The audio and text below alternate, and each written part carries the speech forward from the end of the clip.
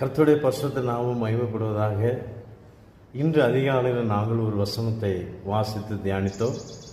சங்கீதம் 17:15 வசனம். நானும் நீதியில் உம்முடைய முகத்தை தரிசிப்பேன், நான் விழிக்கும்போது உமது சாயலால் திருப்தியாகும். இன்று அநேக ஜனங்கள் விழிக்கும்போது, தூக்கத்தை விட்டு எழுந்திருக்கும்போது அநேக பிரச்சனையை தான் பார்த்து கொண்டிருக்கிறாங்க. இன்று இந்த பிரச்சனை எப்படி நாம் மேற்கொள்வது, இன்று இந்த பிரச்சனை நான் எப்படி ஜெயிப்பது, இதை எப்படி சமாளிப்பது, இந்த நாட்களை எப்படி ஓட்டுவது, இன்று கடனுக்காரன் வருவானே என்ன செய்வது, என் பிள்ளை அதை கேட்குமே. அப்படி கவலைப்பட வேண்டிய அவசியம் இல்லை. நீங்கள் ஒவ்வொரு நாளும் காலையில் எழும்பும்போது இயேசுவின் முகத்தை பாருங்க, அவருடைய சொரூபத்தை பாருங்க. உங்களுடைய பிரச்சனை எல்லாம் கால் கீழே வந்துடுங்க. உங்கள் பிரச்சனைகளை பார்த்து பார்த்து நீங்கள் எழும்புவீங்கன்னா நீங்கள் உங்கள் வாழ்க்கையில் தோற்று போவீங்க. அந்த நாள் முழுவதும் நீங்கள் தோற்கப்பட்ட ஒரு நிலவரத்தில் தான் நீங்கள் இருப்பீங்க.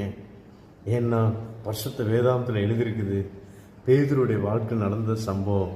ஒரு முறை பேதுரு கடலை யாத்திரை பண்ணும்போது, பிரயாணம் பண்ணும்போது இயேசு அப்படியே நடந்து வருகிற சமுத்திரத்தில் அவருக்கு பயம், ஏதோ ஒரு பிசாசம் என்னமோ நினச்சி பயந்துட்டார். உடனே ஏசு, ஐயோ என் பிள்ளை பயந்துட்டானே அப்படின்ட்டு, பயப்படாதப்பா நான் தான் வாரேன் அப்படின்னு சொல்கிறார். உடனே நீரே ஆனால் நானும் கடல் மீது நடந்து வர எனக்கு கட்டளை கொடுங்க அப்படிங்கிறார்.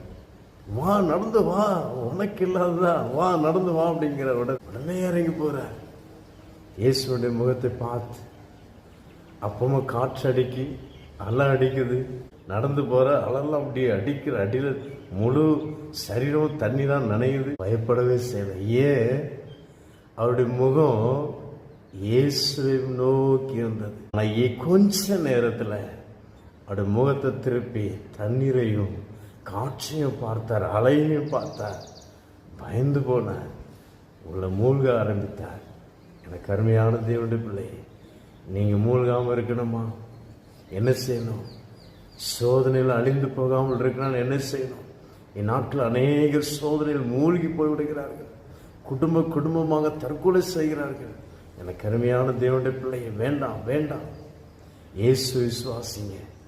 நீங்கள் எழுந்திருக்கும் போது இயேசுவே நீங்கள் இருக்கிறீங்கப்பா, நீங்கள் பார்த்து கொள்வீங்கப்பா, எல்லாவற்றையும் நீங்கள் பார்த்து கொள்வீங்க. அவருடைய சமூகத்தில் வச்சுட்டு நீங்கள் ஹாப்பியாக இருங்க. இயேசு விசுவாசிங்க, இயேசு பெரிய காரியத்தை செய்வார். ஆமென். ஹல்லேலூயா.